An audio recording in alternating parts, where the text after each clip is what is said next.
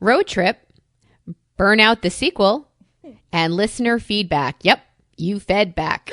All this and more on today's Brilliant Observations. Do, do, do, do, do.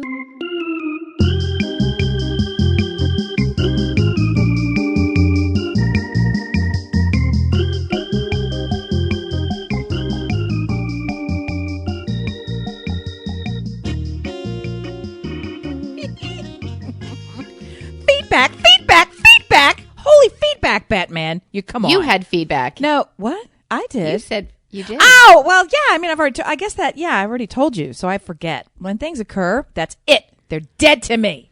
Yeah, but you don't let me talk to you during the week, so.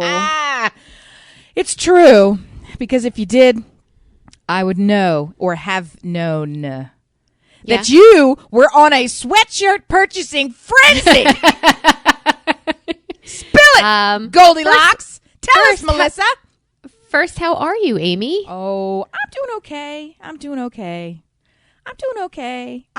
I have had a really spiky life in the past couple of days, and that's frustrating. And it's unusual because I had gotten so low and stayed at that sort of like, in the hospital when you're dead and it just flatlines. Yeah, I'd been staying there. So the spikes felt really exhilarating, and then they would go really low again. And then I'd be like, well, this is really shitty. So I would have something make me feel really great and really good, and then a millisecond later, it would be like, swoof, taken away. So I'm kind of up and down. And then yesterday, case in point, beautiful, most gorgeous North Carolina day. The kind of day that Hollywood can't even produce.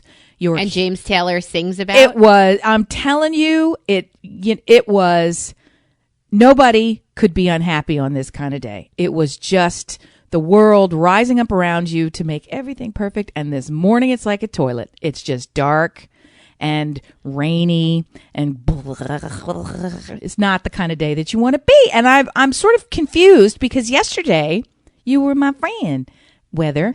So anyway, so it's all of those little very small, and I talk about these spikes like I'm having a nervous breakdown. Not at all. It's just the juxtaposition of, this feels great. I had forgotten that there's a feeling that feels good. Well, fuck. I mean, it was like shit balls, dickweed. So with that in mind, I noticed 4, and I doubt it's only 4 new embroidered sweatshirts. Speak, spill it, Melissa. Go, talk it. Talk. Oh, so yeah, that's we took a road trip. Now, in these COVID-y days, I consider a road trip like going to the Amish market, but this one was a little more aggressive than that, and something that I struggled with for a while before finally saying, "All right, let's go." Sometimes the thing that convinces me to step out of Melissa's box is the fact that I've committed to something that I know I can cancel, and that cancellation date or time has passed. So once you can't cancel the hotel, and once money is committed, I guess I kind of have to go. Find a wee bit more motivation. Yes, but I did go to Pittsburgh for 36 hours. I have a spouse who is involved in COVID Every testing. fucking thing. No, oh, sorry. Yeah, that is true. But I didn't realize we were speaking medically. Okay. Yeah. High five. That's exactly the case. So I've decided from now on, instead of putting your hand up to look like a fucking idiot to high five someone, which you can't do anyway, I'm just going to say, yeah, high five. That's what I'm going to say. Okay. High five. Good. I'm going to make no attempt to do it. Good. I'm just going to say it. Perfect. Good sidestep. Now listen, And did you get... We're spreading it. Did you get tests? Do you say he's involved in all things COVID? Did you really actually get COVID tests? Is that something that you can do? You can say, darling, I would like to have an emergency room procedure and also a COVID test. And what's I can't the Jell-O do any today? of those things. Okay. So what happened? I can't do it. It's always lime Jell-O, and I can't do any of those things. So because he has those connections with testing, he is connected to somebody who did the testing for the ACC. So this is not a medical thing. This is collegiate level athletics is what we're talking Correct. about. Okay. Correct. So he's connected to people that we want to see play sports. So it's very exciting. He's connected to people who are connected. There How you about go. that? There you go. So we went to Atlantic Coast Conference. we went to see Pitt play. University of Pittsburgh. Which sport? Yeah, I'm out. My husband's traveling. I don't know anything about sports anymore. Which sport? Football. Are you joking? No. Okay, good. I wish I was joking because I'm a basketball fan. I thought it looked like a Yeah. basketball stadium that you were in, but It's just small. That's all. really? It's like 68,000 Oh, seats, that's okay. and 5,000 people total were in the arena instead of the almost 70,000 person arena. So, Outdoor. It was Outdoor. outdoor. Yeah. but we kind of had coaches seats. So those we were thinking, are they going to be like on the 50-yard line or are they going to be a box? And it was kind of like we were covered. So if it did rain, which it did in the morning, but didn't affect us, it got a little chilly. It got colder throughout the day because the beautiful Carolina day you had yesterday did not make its way to Pittsburgh. Well, the difference there is when you're at a football game, you want it to be cold and kind of. That's what's part of it. That's part of it. It's fall, man. It's like, stamp your feet. Oh my God, go! Yeah, that's part of it. That's part of it, I think. Well, we were layered, and yes, we did stop at the pit stop. And my boys got sweatshirts. I got a hat. And until my son decides where he is going to go, I don't need a full pit wardrobe if he's like, I think I'm going to go to the University of Rhode Island or Maryland or wherever. I'm not going to be the ones, because if I do, I'm wearing it to homecoming no matter where he goes. So that I don't embarrass him completely. I'm gonna wait and I'm gonna see what happens. We're gonna let it play out. How often do we say that in life? We can exhale because he got into one of his top choices. Excellent and now school, I'm just gonna very happy. Everybody's let it play smiling. Now it's just like, which candles shall I place on my birthday cake? I have Right. so many.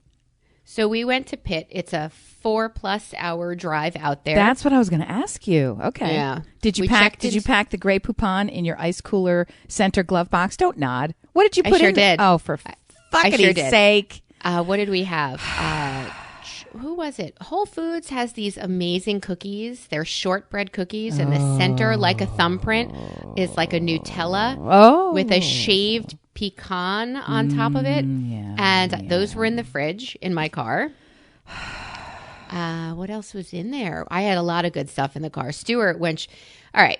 When a road trip is imminent, you want Melissa with you. That's all I'm gonna. You do Absolutely. good road trip. You give good road. I tell you, this is the woman you want with you, gang. And you might not get there on time, but who cares? Because my God, the snacks so good. yes, I have a couple of friends who want to go away for a weekend, and they cook. And they said, we'll all get a COVID test and then we'll meet in the Berkshires, which is fucking delightful. Yeah, that sounds like good stuff. And I said, all right, well, I'm not going to go out to eat. And I mean, Berkshires are kind of in the middle of nowhere. So you need to, these are two women who cook. So I said, I'll bring the snacks. You know, I don't have those abilities. That's like, a lie. To me, That's a lie. I'm sorry. to me, cooking is like a superpower. Like I don't understand it or have it. And I enjoy eating and I love to snack. So These are lies. You can't see me shaking my head. No, in vehement disagreements with what she's saying. Don't make those faces. at least I can make faces. I got baby Botox this week. God, girl.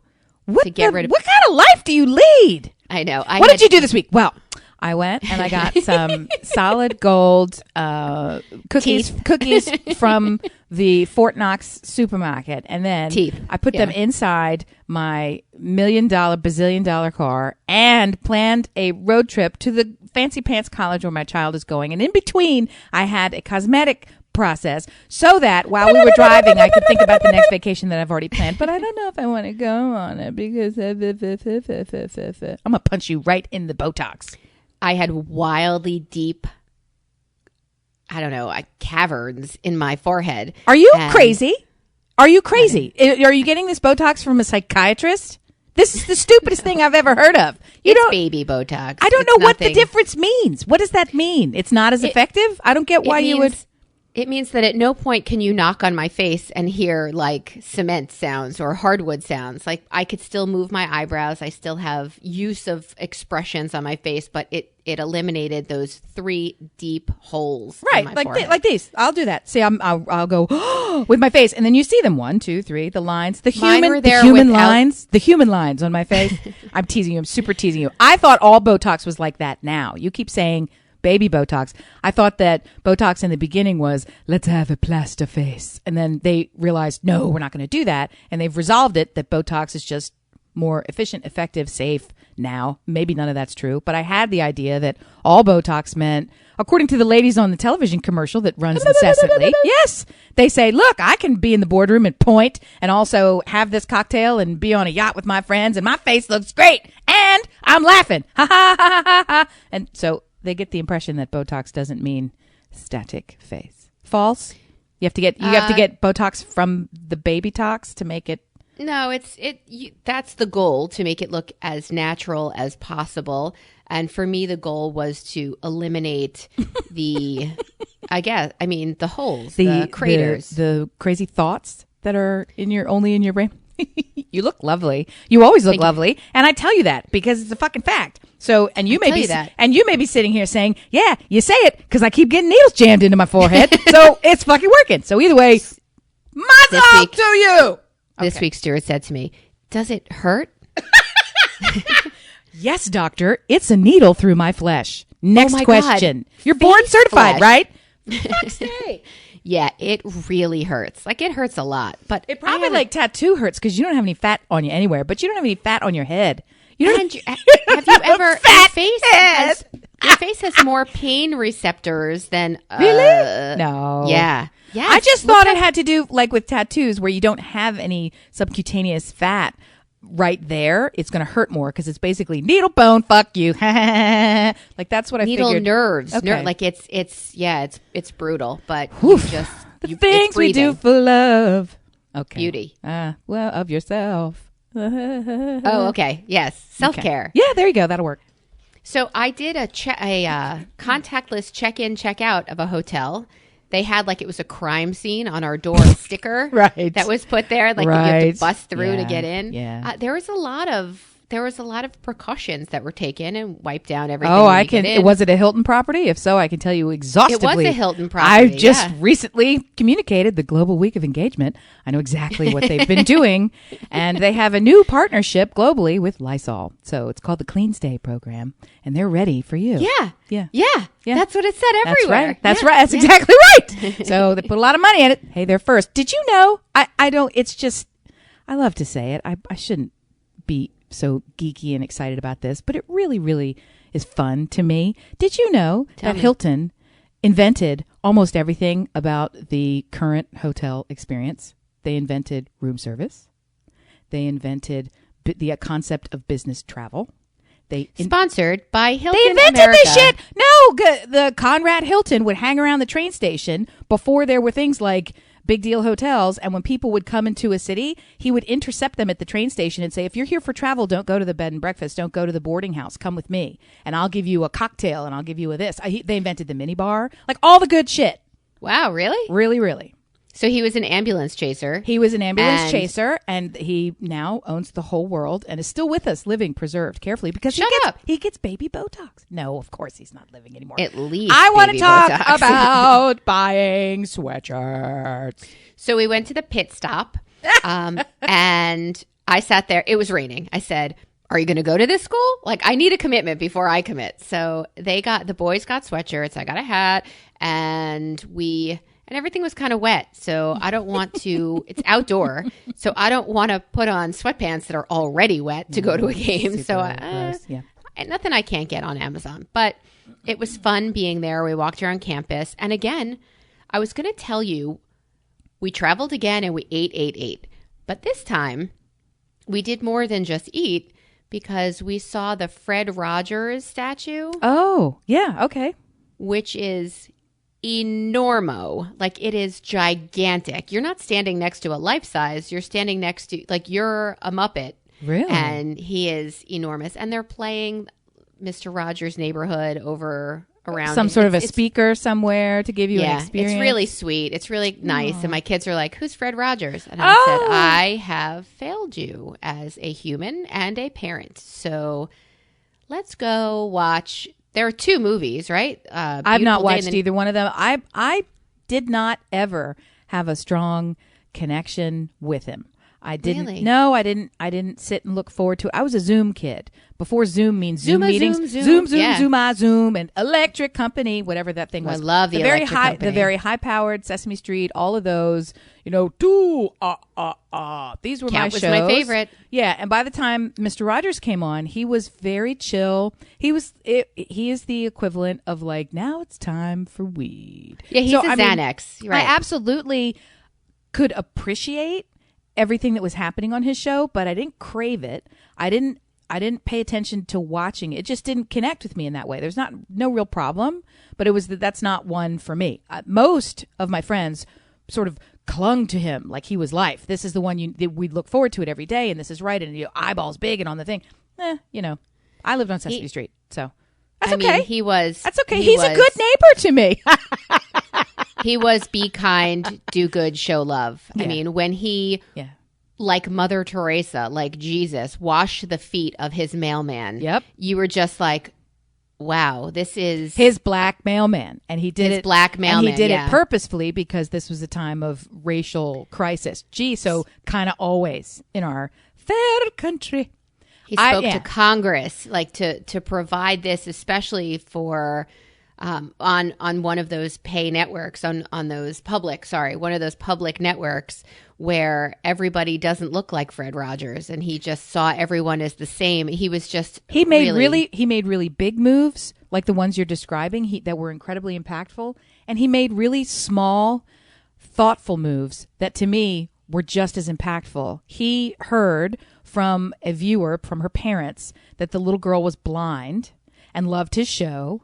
And she wrote a letter saying, I just wanted to make sure, I know you have a fish. I just want to make sure that you're remembering to feed the fish. And once he got that letter, from that point forward forever, he narrated out loud that he was feeding the fish.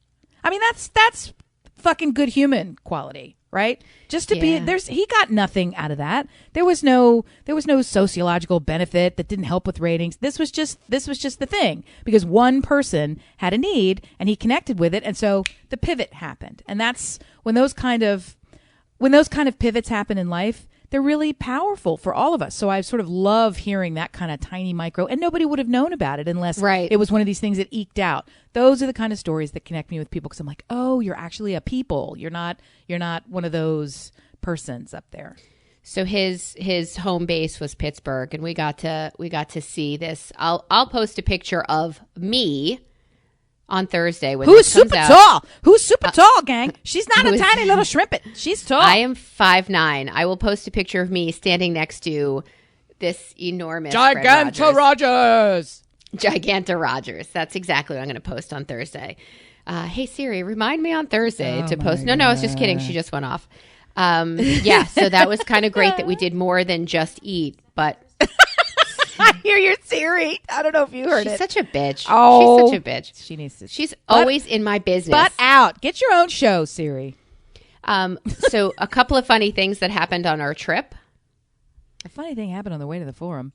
We never made it to the forum. So I like these enormous, I guess they're maybe shortbread cookies. They have the chocolate chips on the top. You know, if you say a chocolate chip cookie, people Correct. think it's baked in chocolate chip cookie, and that's what you should think. Correct. That is correct. What kind of cookie is it? Because I used to live in New York, and my favorite bakery cookie was an enormous dryer cookie with these tiny little chips all over the top. Was there Just icing? No icing. How were the chips affixed? Pressed in at the end of baking? Uh, Because there was nothing Yes, in between. probably. They nothing weren't in between melted. the chips and the cookie. It was cookie. Correct. And all the chips are sort of on top. yes. Okay. Was it a circle or a square cookie? It's a circle. Okay. And I mean, we're not in New York, Toto, we're not in Kansas anymore. We're not in New York anymore. You don't have those bakeries here in suburban PA. You just don't. My son works at a bakery. He Do you remember French- the name? Yeah. Do you remember the name of the cookie when you would buy it? Did they call No. it something? Nah, I mean, I want the one with the chips. I want to. So they didn't put, because they changed they move things in the case every day. They wouldn't have the cookies labeled. But sometime that would have been a clue as well. I mean, if it was if it was a shortbread cookie and then like you had a shortbread section and one had chips or cinnamon or whatever it might be. Yeah, that would be a clue. It was more like scone-like in terms of very crumbly. It's definite. That was a shortbread cookie. That's 1,000% shortbread. They're my favorite, and we found one diner here in PA that has them. So for this road trip, I've trained my husband well. He knows how to road trip like I do, snack wise. That's the only way to You road two are trip. so perfectly matched on so many levels, but I just need to pause for a moment and help you. Let's pull the car over to the side and just take a moment in celebration that there could not be a better road trip matched couple than you two. Because he'll drive anywhere. He will drive anywhere. He is focused on all of the bells and whistles of the car in the same way that you are. He is hyper fixated on the game called Beat My GPS. Right? Yes. So it doesn't matter if you were going on if the purpose of the trip was to take as long as possible, right? He can't go on that trip. He would decide he can't go on that trip. He's not. I lose. We're there. So, 4:29, you think so? I bet you I could do it in 4:06. And then you are there the whole time, like the pit crew, fueling everybody. You got the thing, making sure the music is going right. Buckle up, shut up, sit down. Funny, ha ha ha. Here we go. Great music. Eat. Anybody eat, want Pringles? Anybody want Pringles? Oh my Don't God, you drip in my car? It's a new car. Delightful. If I'm making it sound like it's high pressure, it's not. You somehow make the driving part a trip, meaning when you're going someplace, when you get there is the reason that you went there, right? But with you guys, it's kind of about being in the car. It's fun. I find it delightful. All right. Back to Pittsburgh. So he finds this cookie for me at this one restaurant, and he buys like 5 of them before the trip. And they are as big as your head. Like they really are enormous cookies. Oh, dinner And I won't cookie. let anybody eat them in my new car because they just, I don't know that the kids like them. You know how kids don't like dry things like devil dogs? It's an age-acquired thing where you like to sit in the dryness of a delicious scone or biscotti. I think you just have spoiled kids. If they're not eating devil dogs, you got bigger problems than Mr. Rogers, my friend. And that is that they have been exposed too often and too early to the finer things in life. Yes, to joy. Yes. If you're not chalking down one of those, cardboard and paste delicacies, right, that makes you wonder, was this something in somebody's locker from like last semester? I don't 4 care. years? Yes. Yes. This is youth in a cellophane wrapper. So yeah, it's joy. So I wouldn't let them eat it in the car. But that's another thing. That is proof with a capital proof, just for all you editors out there who love to hear the pops of the P's. I know you bought another fucking car, but I forgot what color you trying to decide between 2 colors of cars. I don't care from car. Did you post this and I missed it? What color car did you get? No, I know just what got kind the one you that got. Came from your hometown. Was it blue? Did you get the blue or the red one? Blue. The blue one. That's my pick. All right. So we get to the hotel room. We use our elbows and get in without touching anything with fingerprints. Like I don't even know they know we were there. And we eat this cookie. And you know how when you eat a cookie that's got chips all over the top, they fall off left and right. Yes. And in that saran wrappy thing is an entire pile of little tiny chocolate chips. Oh. Right? It's the crumbs and the chips that are in that the cellophane room. Yeah. That held the cookie from start to finish. And it had all of the joy. The wax paper bag, I think, is what you're describing. Yes. It's all of the joy is at the bottom of the. So my son finishes a piece of cookie and he throws away the remnants. What? Of that cookie. Did you leave immediately? You don't get to go to college if you this fucking stupid? The gasp that came out of my husband. And me. I disconnected my jaw with droppage to listen to this. She's looking at me. There's not even any words. How stupid is this idiot fucker? He's lucky he got into this school because none of the others are going to have him. Tell him. Play in this segment. Ethan, it was like I'm the ashamed. air. I'm ashamed. It was like the air coming out of a Thanksgiving balloon. He went, and then dove. He dove for the trash can. Oh, the COVID trash trash can. But you said Hilton cleans everything within an inch of its life. They really do. They really do. They put a great Oh deal my of God. effort and energy into this, and it was probably a completely empty. I would do that too. It wouldn't matter. You got Ethan to save. said- You got to know. You don't leave a man behind. Ethan said, I finished the cookie. Stuart's like, you moron. Thank you. Thank you. finished the Yeah, cookie. devil fucking dog. You got work. You got work to do. I do. I have to hurry, Husband too. and wife. This is a problem. I mean, this is a legitimate problem. Yo, kid's dumb. Yeah, he dove for it. And I am curious, would you eat food from a trash can? Hi, my name's Amy Fugazi. Perhaps we've not met.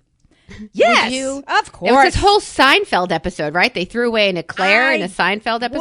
Would, and I do, and I have, and it's, I'm acting like it's the first line of my business card. It's not something that I love to do, but I've got to be honest. I mean, we'll say that there's qualifications involved. Is it an Right. empty trash can? Is it my trash can? Is it a relatively clean trash can filled with paper? Is the object in the trash can still fully wrapped? How hungry and drunk am I? I mean, there are lots of things that go into this decision. I love this flow chart. I just see it as a flow chart. Yes, go to the left. No, go to the right. Has it come into contact with any other items in the trash can, including subsection foodstuffs? I mean, there's How lots sealed of, is that wax thank bag? You, thank you, thank you, thank you, thank you, thank you. I will not. I'm trying to think if I have to say any more. I will Wet not coffee. eat food off a stranger's plate in a restaurant, which we all know who does that. California. So, Does she do that? well, it was one. Wait, were we once- in college? Once memorably, we were in a Denny's. We were waiting to get a table. It was Oh, taking a long time. Denny's. There was lots of Southern comfort involved. She walked up to a table and took someone's English muffin and started eating it. I think he was still at the table. Shut up. He was I don't not. remember. It was very late. It was I think it was a dare. I think we said, well, if you're that hungry, go eat it. And she went, done, and walked over, picked it up, and walked back, stood in line. And she stood in line and ate it. He must have been gone. Marnie, what are you doing? She's satisfying her hunger, evidently. She's more powerful and successful than all of us. So grab those English muffins, kids. In your youth, because you know Saturdays what's coming. at Denny's. What was that kids show? Or was that before we were taping? And now you know. Oh, fuck, go! That's our favorite kids show. Right. So we all have our beliefs in this time of, I don't know, election season. We all have a network of beliefs. And I have a sliding scale I'd like to ask you about. Are we still on the food trash, or are we moving into actual topics? Well, you might strongly believe that food's only dirty when, like, wet coffee grounds are thrown oh, well, on that's it, a whole. or- I mean, if we're talking about the safety and sanitation of food, that's a totally different topic. Tell me about your I'm moving- belief structure. I'm moving on to your belief structure of, I mean, it could lean political or it could lean comical. I want to know, how strong do you need to feel about something to wear a pin that shares that feeling? How strong? That's a difficult one for me to answer off the cuff because I have some pins that I wear, and I'm trying to think of a time when I would not wear it. Oh, so pins, it's a low threshold. I'll wear a pin. I don't know, but I don't know that that's accurate. So, I mean, I need to sort of unpack that a little bit. Tell me where you're going with this, and I I'll will add do in. that. It's unfair for me to sabotage you. No, so I'll I'm not keep being going. sabotaged. Honestly, I'm smiling because the thing I want to talk to you about is wearing a pin just yesterday and the experience I had. But you tell me where we're going with this, and I'll see what happens. How strongly do you need to believe in something to wear a shirt that says it? 1,000 times more strongly than the pin. Okay. How about a yard sign? 1,000,000 times more strongly than either of those. How about start a cult? Ooh. 'Cause I kind of want to start a cult. Am I the leader?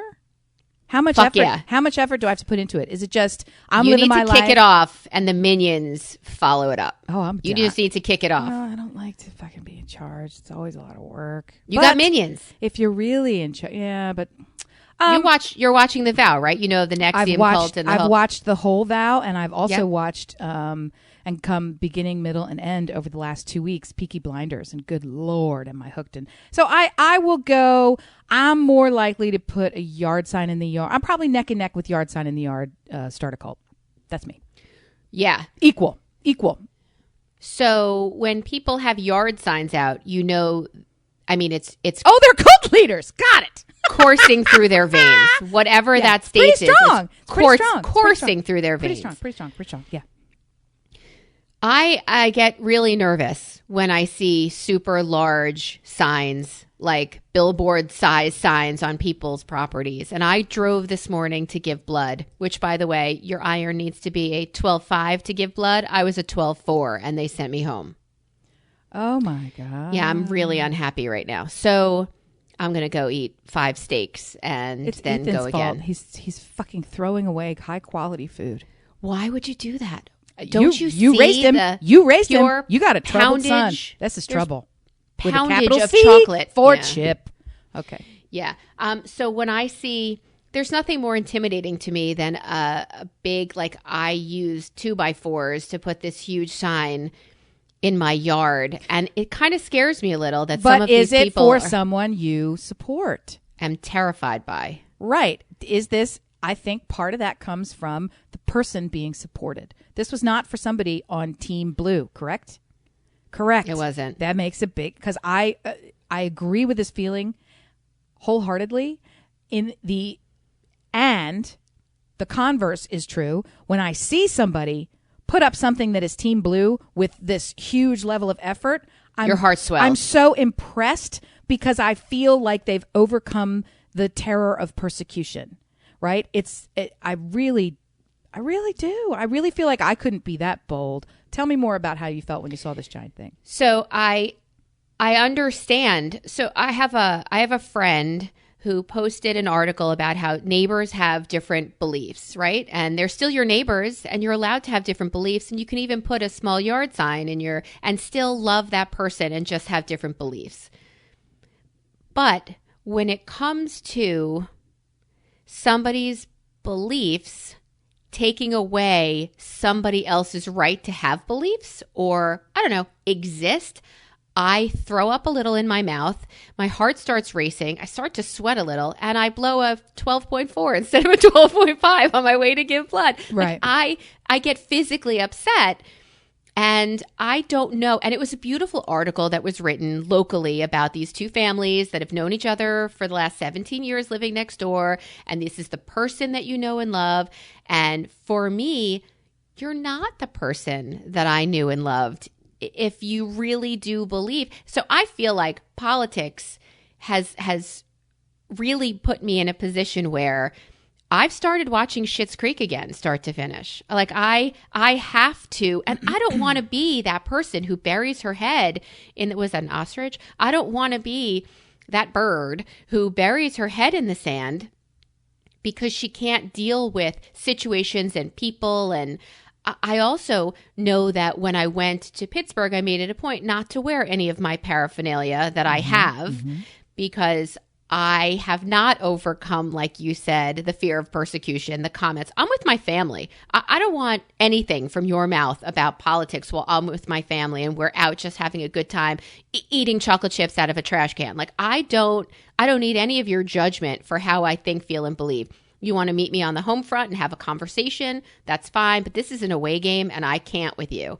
So I didn't take any of that stuff. But I have become somebody who needs to rewatch The West Wing, Schitt's Creek, and all of the joy and positive endorphin forcing kind of situations because of how physically uncomfortable I am with, 9 days left to go. 9. As of this recording, we have 9 days. What pin did you wear? Joe. I don't even have a Biden pin. The pin Just itself says Joe. It's his colors, and it's got a circle around it. And then I don't have it in here. I was going to pick it up and show you. It just says Joe. I saw you wore it the last time we recorded. I loved it. I don't have cause to interact with people very often, so I carry them in my car. And whenever I go into the market, this is another thing. Whenever I go into a market or I'm at the drive-thru in the bank or something like this, I make a point to put it on just because I feel like I'm not able to, don't feel comfortable, will not, have not. We've discussed it as a family. Do not put signs in the yard, right? Okay. Don't knock on doors. I Right. do other ways of volunteering. But for me, this was an individual endorsement promotional tactic that I believe in. So I do it, right?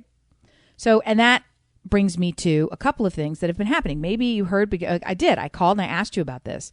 And the difference that we're talking about here is between, Biden-Harris and Trump-Pence. And Donald, and we are both of us in battleground states.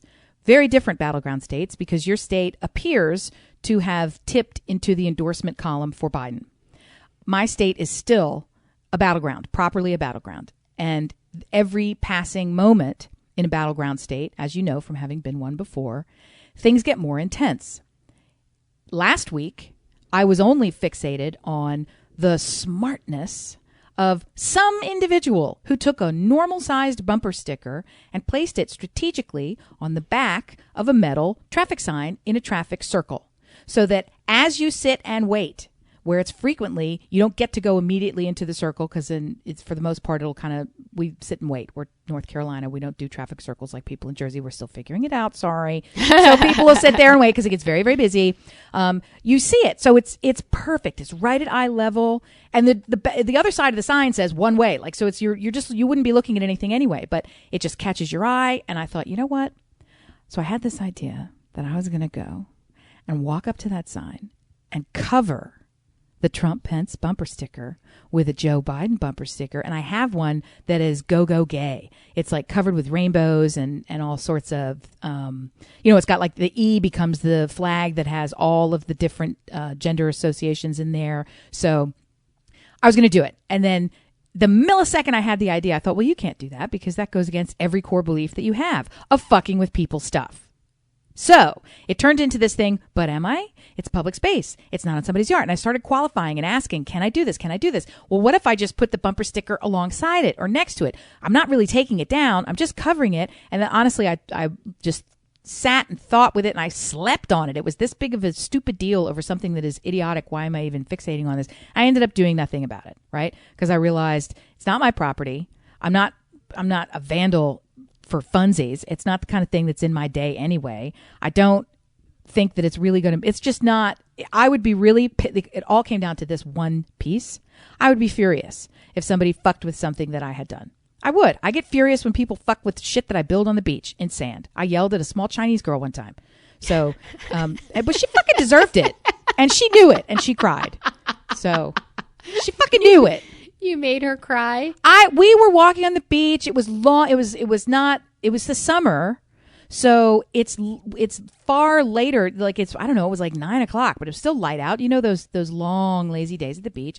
And we were sort of walking and we'd already had our dinner and this and this. And we were just admiring all of the children's play of the day, not mine, up and down the beach, people building sculptures, doing this, doing that. And somebody had done some kind of an elaborate thing. It wasn't very artful, but it was elaborate, right? And these young girls were just giggling and walking and running, and they sort of came running up and they started tramping on it.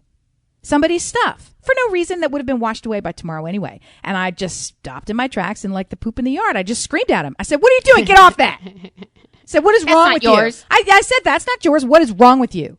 And they just stopped and they looked at me with these big, big eyes. And I have no idea what nationality they were, but they were some Asian nationality, right? And they just looked at me like, fuck.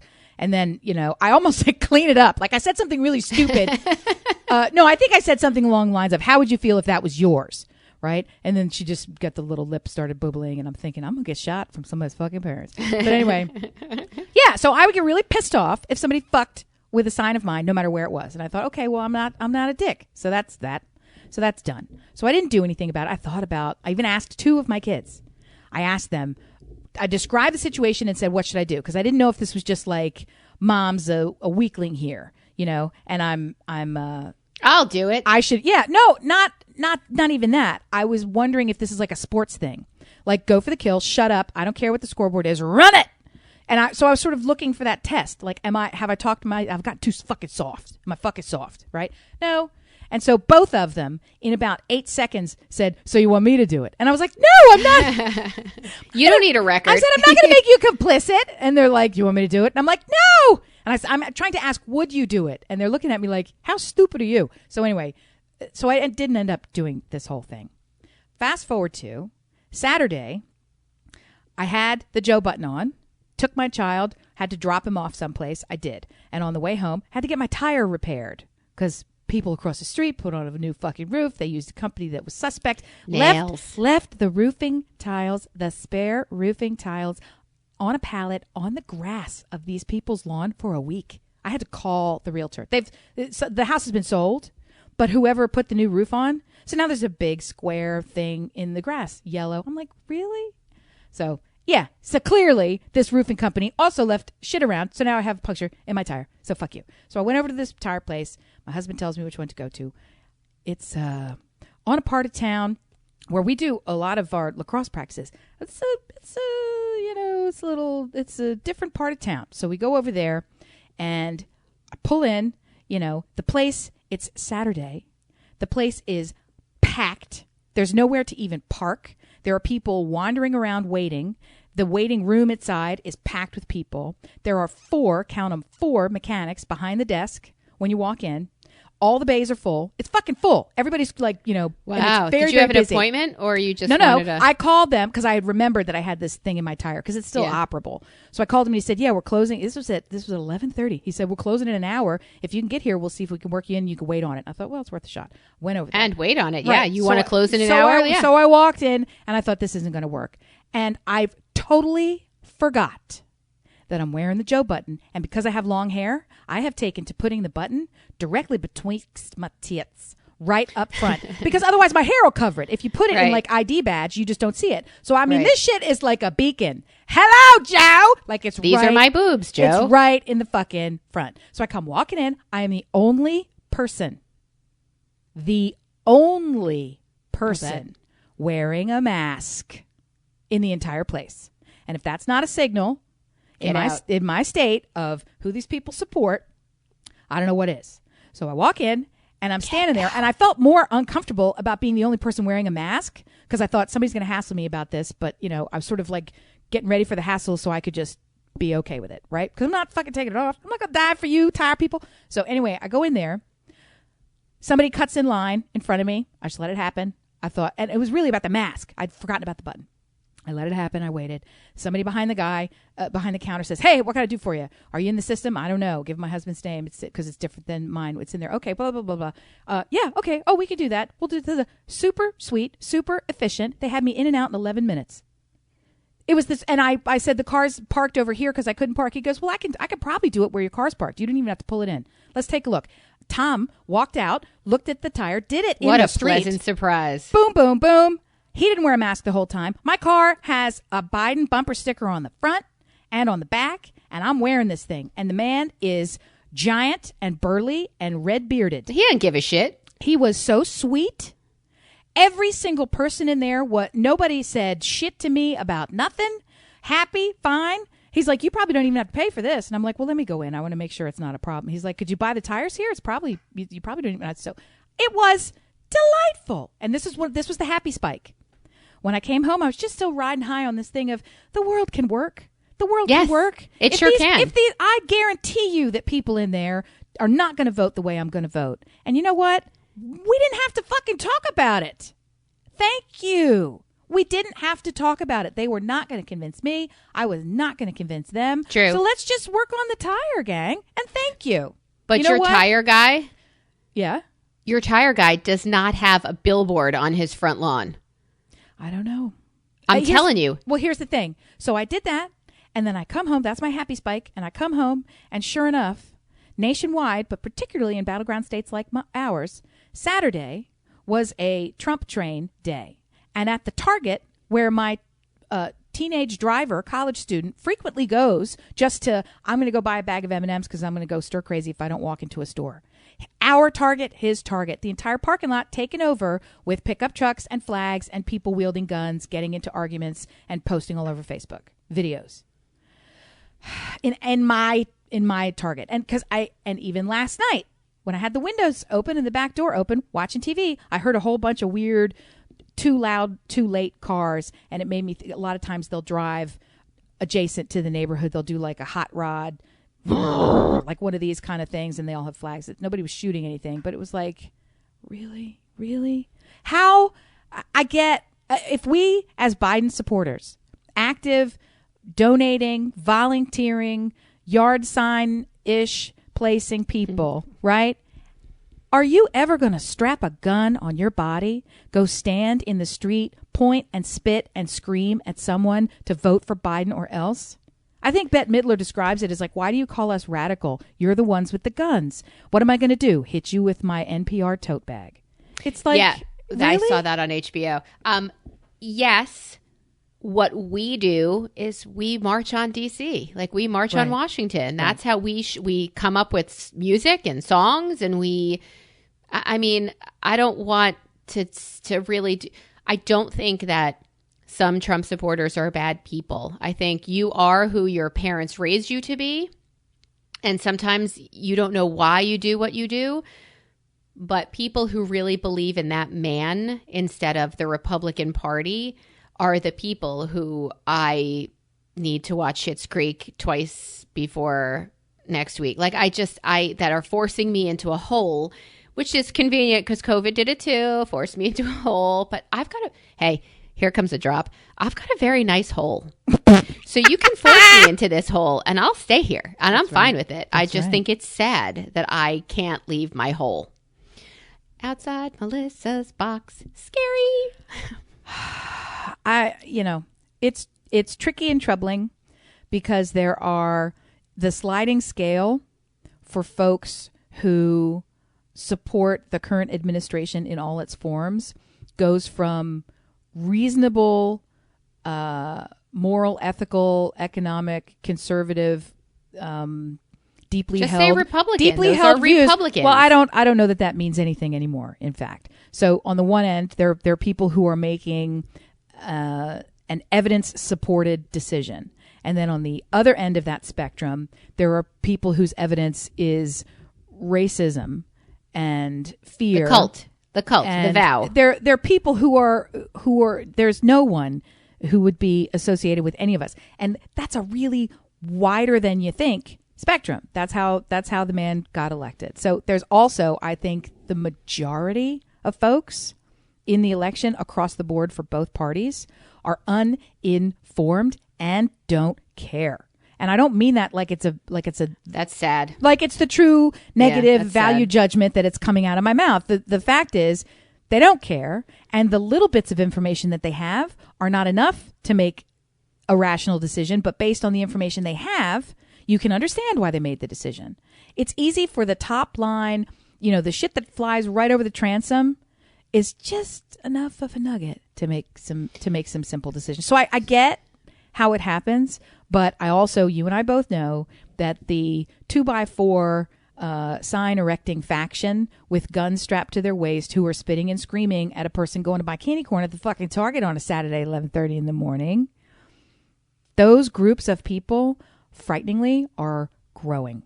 And they're growing because they're encouraged to grow and they have the technological tools to grow. So that's the piece that makes me... Fuck the internet. Terra-fucking-fight. Was your story of Masks and Men about going to the tire shop yes, and being it was. the only one in a mask? Yes, it was, Taylor Tire. Thank you. Shout out for the world's best tire experience and everyone in there. It was the kind of place where you always make a face when I say this, but it's the fucking truth. I'm a big, fat woman. I walked in there. I'm not tall. I walked in. I have a presence about me, but I don't have my Yankee badass anymore. Unless I'm talking to you, you're not going to be afraid of me. When I start talking to you, men, back up, sit down, shut up, start to weep, call the boss. Yeah, I get that. But when I'm quiet, and those are just the boys in your house. I just look like somebody's roly-poly PTA fucking mom. That's how I look. So I walked in there, and I instantly, on an instinctual biological level, my hackles went up, up, up, up, up. It was 96% dudes. Nobody had. So I felt, okay, they're all, and I don't know that you ever have this experience. Everybody in there is a foot taller than me, minimum. And in camo. More of them, a lot of them more than that, right? They're big, they're burly, they're snappy and happy. They're all sitting around, they're all shuffling, they're all sort of over it. Nobody wants to be at a tire place at this hour in the, come on. Somebody cuts in line and what do? I fucking stand there silent. You get an idea of what was happening in this fucking place. And to have that turnaround instantly to, hello, generic, how can I help you? Hello, generic customer, met with the same friendliness of everyone else in here. I bear you no ill will. In fact, you're going to get extraordinary service. Thank you. Come again. See you next. Ding. Let's go home. Wow, what a turnaround that was. That was surprising and delightful. Yeah, I'll take it. Kind every of time. like that. Kind of like that cookie. Burnout Truth Bombs.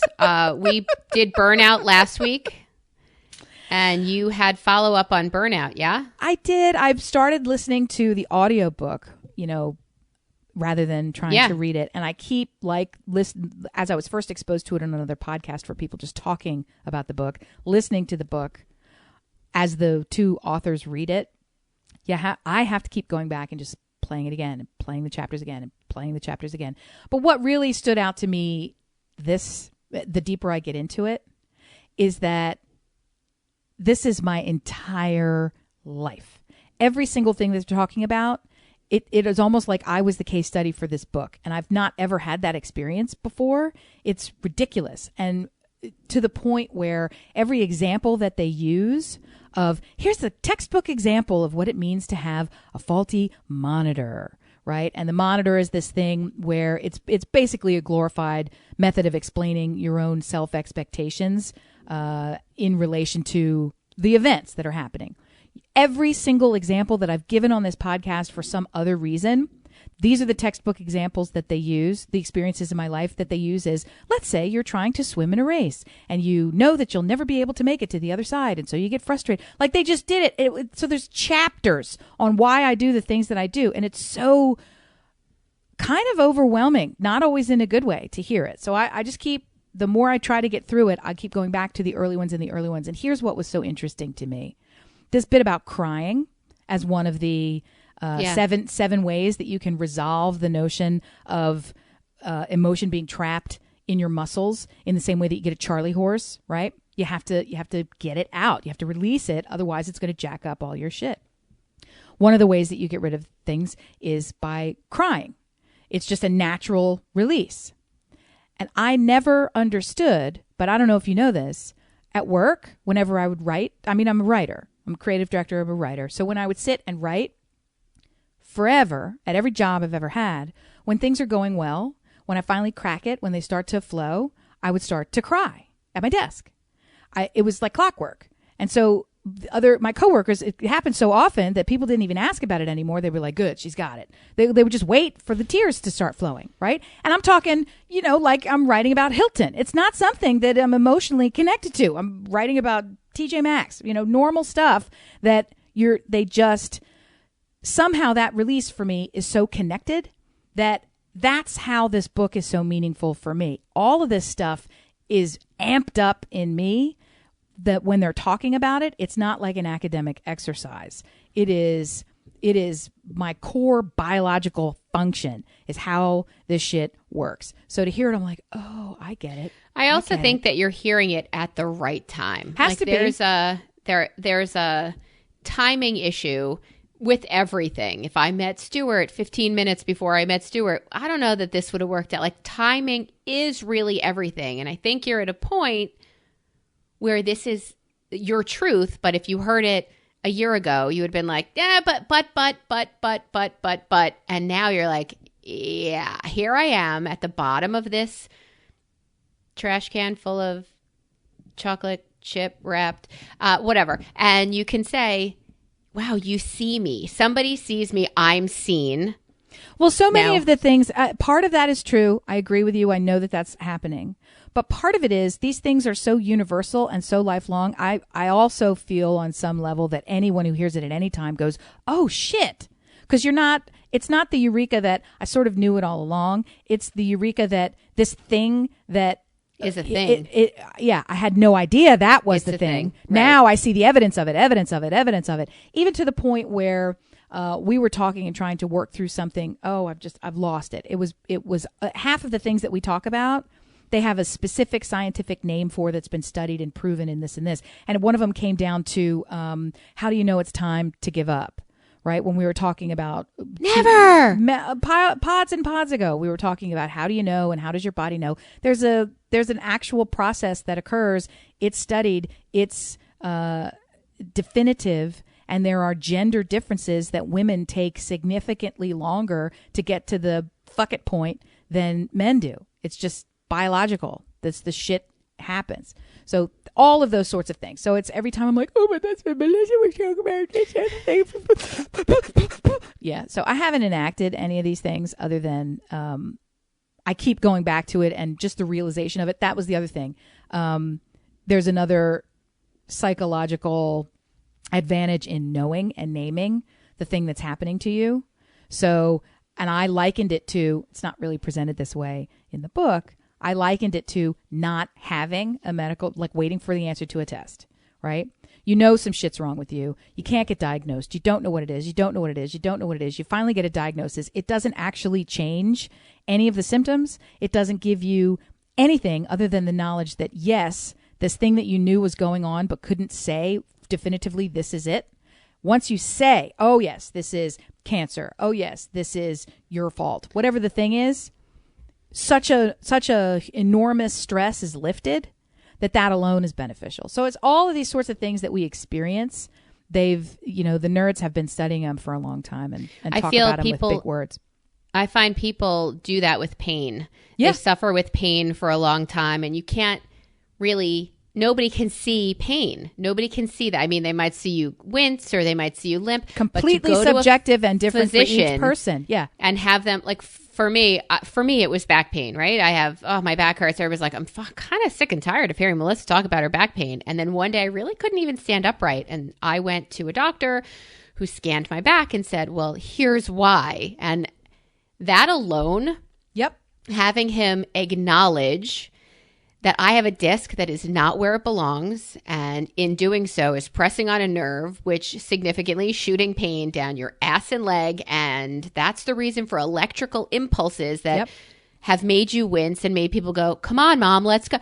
That kind of can take away some of the, I wonder what that psychological thing is that makes you not okay with your pain until it's acknowledged outside of you, or your situation until outside of you it's acknowledged. But it is very real, and it's not curative, but it is definitely a hint. It's a good step in the right direction. Dear listener, we have one more topic to hit up, but I do want to remind you that if you would like us to talk about your issues, or you would like to talk to us, you can contact us. We are so approachable. That's it. And we are so receptive to all of your comments, thoughts, and concerns. Yep.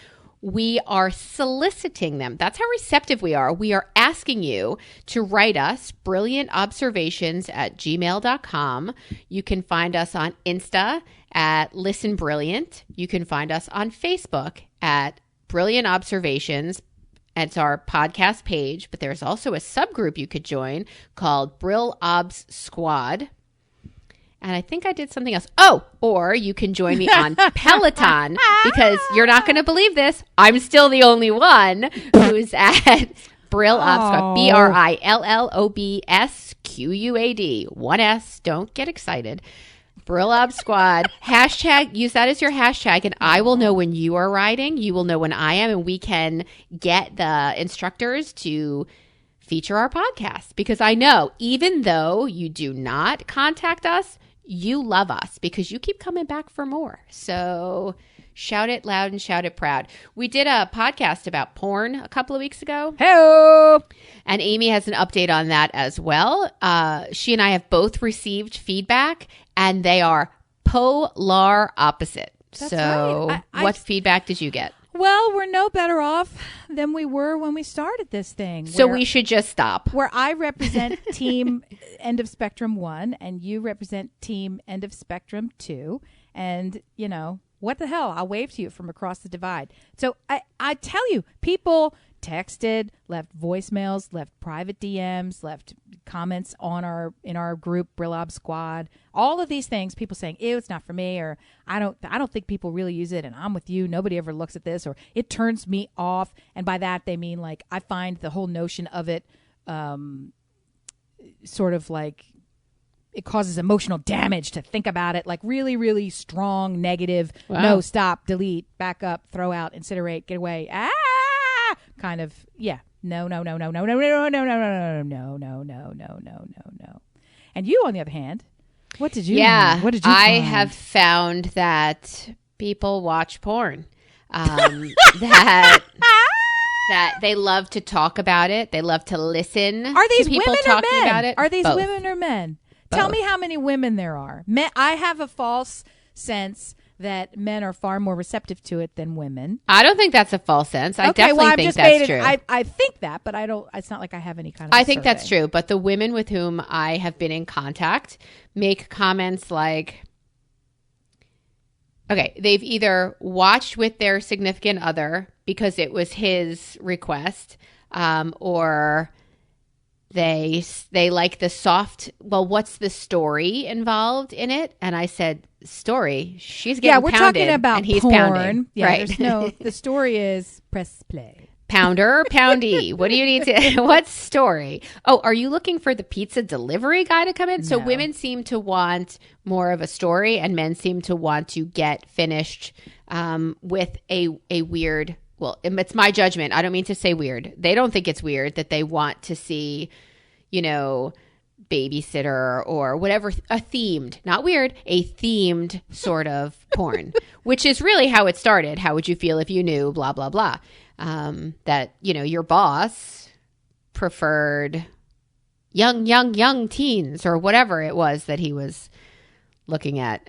Yes. And what was it, Jeffrey Toobin last week who got caught? Oh my gosh! Can Doing- you believe Jeffrey, that? Jeffrey. Shit! Can you believe? Okay, so here's what happened. There is a formerly highly respected, highly regarded, now his career and life are over. His life Analyst, isn't over. It absolutely is. Analyst, His life is not over. absolutely is. Analyst, author, on-air TV personality, lecturer, best-selling author, scholar, was sitting on a conference call, a Zoom call, a video call with multiple, over 12 colleagues. They broke into small teams where he was supposed to be collaborating with others as part of a team and developing a mock response. They were planning for debate prep because they're on-air people for CNN. They all talked to each other, so they were sort of coming up. They were doing some advanced work for their jobs. yeah. And I didn't even know that the source was like, oh, that's fascinating. So that's what they do in advance. Like, so he's there doing work at work during the day on his computer with his colleagues looking at him. And he decides that this is the time that he wants to open a second browser on his computer and do a little jingle jangle jerk off right in the middle of the whole thing. And P.S. kids, everybody from work could still see him because he was either too stupid or depraved or both to turn it off. I didn't realize that you could still see me or that the mute button was not on. Give me a fucking break. Give me a fucking break. That is, give me a break. You're either so far gone that you have to simultaneously be in a work meeting, not leave a work meeting, simultaneously be in a work meeting and jerk it, and be so careless or so specific that you have people catch you. So he either wanted to get caught or he was so far gone that he no longer deserves to have his professional job until he can get this situation addressed. No. Yeah, I don't think his life is ruined. I think this career path for him is, I think we're very forgiving in this society. And I also think everybody masturbates. Are we going to talk about that next week? Everybody, that's going to be the topic. Everybody masturbates. I'm happy to talk about his life is ruined and nobody masturbates at work on a video camera. Well, nobody should masturbate at work. And not have a nobody job. should and not have a masturbate job, on camera. And not have a job. I mean, for the love of, stop it. Put that shit away. For the God's sake. What do you, if you were in an office, this is the equivalent. Let me break it down for you. And then we will leave this as the dick hanger for next week. Okay? Let me break it down for you. This is different than this creep. That's what he is. Getting up and exiting his small group session or his, breakout or even in the large group. This is different from him excusing himself to his office. This is different from him walking down to the bathroom. This is different than him doing this in the bathroom, not even in a stall in the middle of the bathroom. So if someone walks in and finds him, this is equivalent to being in a conference room, moving over one seat while everyone is still in the conference room, whipping his dick out and jizzing on the table. That shit is not okay, not right, not everybody does it. No. No, no, no, no, no, no, no, no, no, no, no. I have had people have sex at every place that I've worked, and I'll tell you all the circumstances. Ain't nobody pull this shit out at the table. I say no, no. This is interesting to me. Do you think I'm going to defend him? Tune in next week, gang, when you join us on Brillob's Quad on the Peloton. Get your ride on, get your baby Botox, get your ass in shape, and we'll come back and talk about crazy penis jerking off at work. It's your favorite podcast. Next week, masturbation. Dear listener, thank you for listening, for coming, and for hanging out and for hanging out with us for well over an hour. We appreciate you. We love you. And turn the Zoom off. See you next week.